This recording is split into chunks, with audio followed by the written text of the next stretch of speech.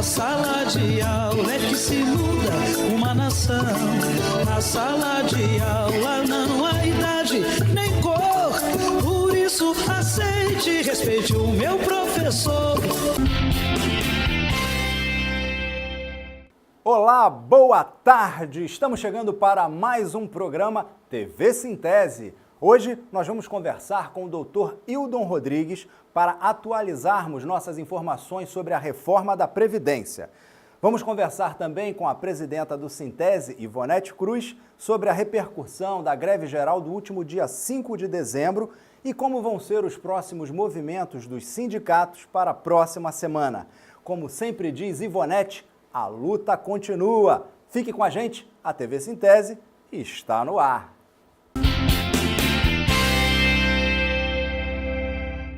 E mais uma vez, as centrais sindicais, os movimentos sociais, a Frente Brasil Popular aqui de Sergipe construíram uma grande greve. Desde a meia-noite que a tropa estava preparada na Central Única dos Trabalhadores, desde a meia-noite que saímos e fomos para a porta das garagens e passamos mais uma madrugada de militância e passamos mais uma madrugada de resistência para que as garagens de ônibus não saíssem os ônibus.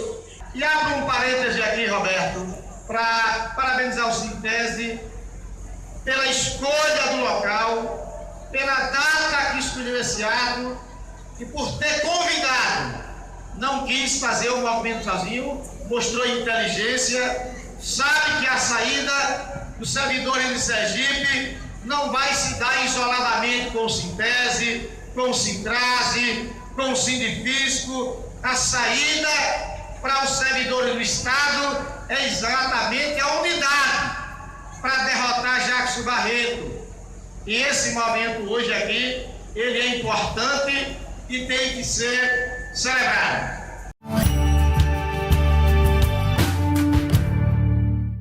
Essas imagens que vocês acabaram de ver são do ato promovido pelas centrais sindicais na última terça-feira. E para falar com a gente sobre a repercussão da greve geral ocorrida em Sergipe e como vão ser os próximos movimentos dos sindicatos para a próxima semana, vamos conversar com a nossa presidenta, Ivonete Cruz. Tudo bem, presidenta? Tudo bom. Bom, no programa passado a senhora lançou aqui com a gente, o convite e também nas suas redes sociais para que os sergipanos participassem da greve geral. Agora conte para nós como é que foi esse dia. Mais um dia muito importante. O dia 5 de dezembro, eu não tenho dúvida que vai para a história, entra na história como mais um dia de resistência dos trabalhadores aqui em Sergipe. Estava dentro da pauta do Congresso Nacional a votação da reforma da Previdência para o dia 6, para quarta-feira. E as centrais sindicais haviam chamado nacionalmente uma greve geral. O governo federal adiou a votação da semana passada e as centrais sindicais aqui em Sergipe tomaram uma decisão extremamente acertada, que foi a decisão de manter o dia 5, mesmo com a discussão nacional de suspensão do movimento grevista, mas aqui em Sergipe todas as centrais sindicais, movimentos sociais que compõem a Frente Brasil Popular de Sergipe decidiram, vamos construir o dia 5 como um dia de greve geral. E a cidade parou. E foi muito bom, foi muito bom. Mais uma vez, nós vivemos a tarefa de fechar o comércio, de construir uma greve geral que passa por garantir que os trabalhadores não vá trabalhar num dia que é greve geral, e a gente sabe de como os empresários e como o trabalhador do comércio, da empresa privada, ele fica pressionado pelo medo de perder o emprego. Então a nossa tarefa é dizer, nós vamos parar o país, nós vamos parar Sergipe porque é greve geral. E como é que a gente faz isso? Acampando na porta das empresas de ônibus para que os ônibus não saiam. Nós temos três empresas de ônibus aqui em Aracaju, a Progresso, já tem um grupo lá. E nós nos dividimos entre a Atalaia, que fica no Santos Dumont, e a Modelo no bairro Industrial. acampamos na porta das empresas de ônibus por volta de 1 da madrugada e saímos de lá quase meio-dia. E mais uma vez, sem sombra de dúvidas, os sergipanos entenderam, é preciso barrar essa reforma que acaba com a aposentadoria e construímos sim um grande dia de luta e de resistência e encerramos com um ato na porta do Palácio dos Despachos que, ao meu ver, marca um momento histórico também muito importante. O Palácio do Despacho, aqui em Sergipe, ali na Adélia Franco, próximo ao Terminal do Dia, é o centro do poder, é onde está o poder executivo, é onde o governo despacha, é dali que são emitidas todas as ordens políticas do Estado de Sergipe, e foi para lá que nós fomos.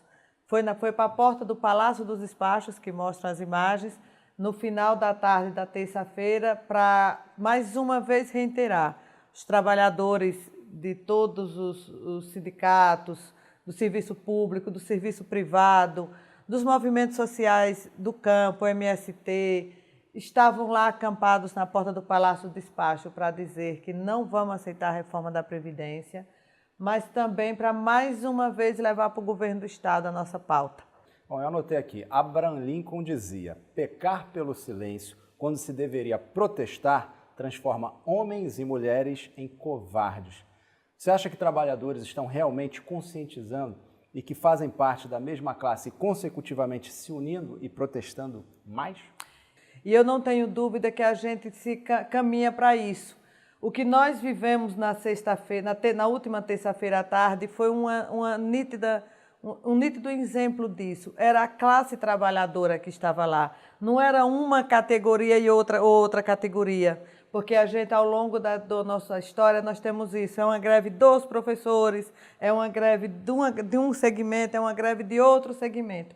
E o que a gente teve foi os trabalhadores, todas as categorias. A gente não se identificava naquele momento, e para mim isso é muito importante, eu não me identificava ali como professora, mas eu ali era uma trabalhadora. Ali eu estava na condição de classe trabalhadora.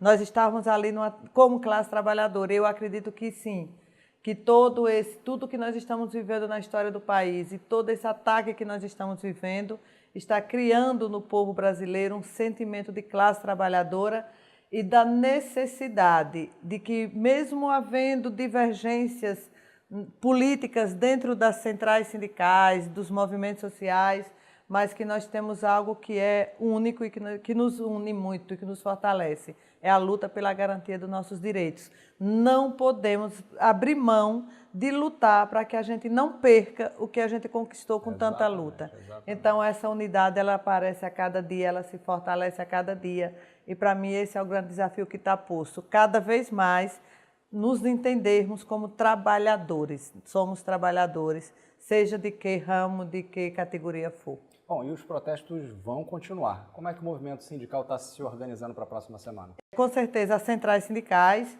a Frente Brasil Popular vai estar se organizando e caso na próxima semana, que há um debate de que a reforma pode começar a ser votada em primeiro turno no dia 12, agora na próxima terça-feira. Caso isso se construa para que na próxima semana a gente possa vir ter a votação no Congresso, com certeza as centrais vão chamar o povo para a rua. As centrais sindicais vão chamar os trabalhadores para ocupar as ruas, para fazer protesto, para fazer enfrentamento. Então, se tiver votação, vai ter embate nas ruas, vai ter protesto, vai ter luta. Enfim, sempre. A luta continua. A luta continua. Presidenta, muito obrigado por sua presença e volte sempre. Com certeza, estarei aqui sempre que for convidada. Obrigado.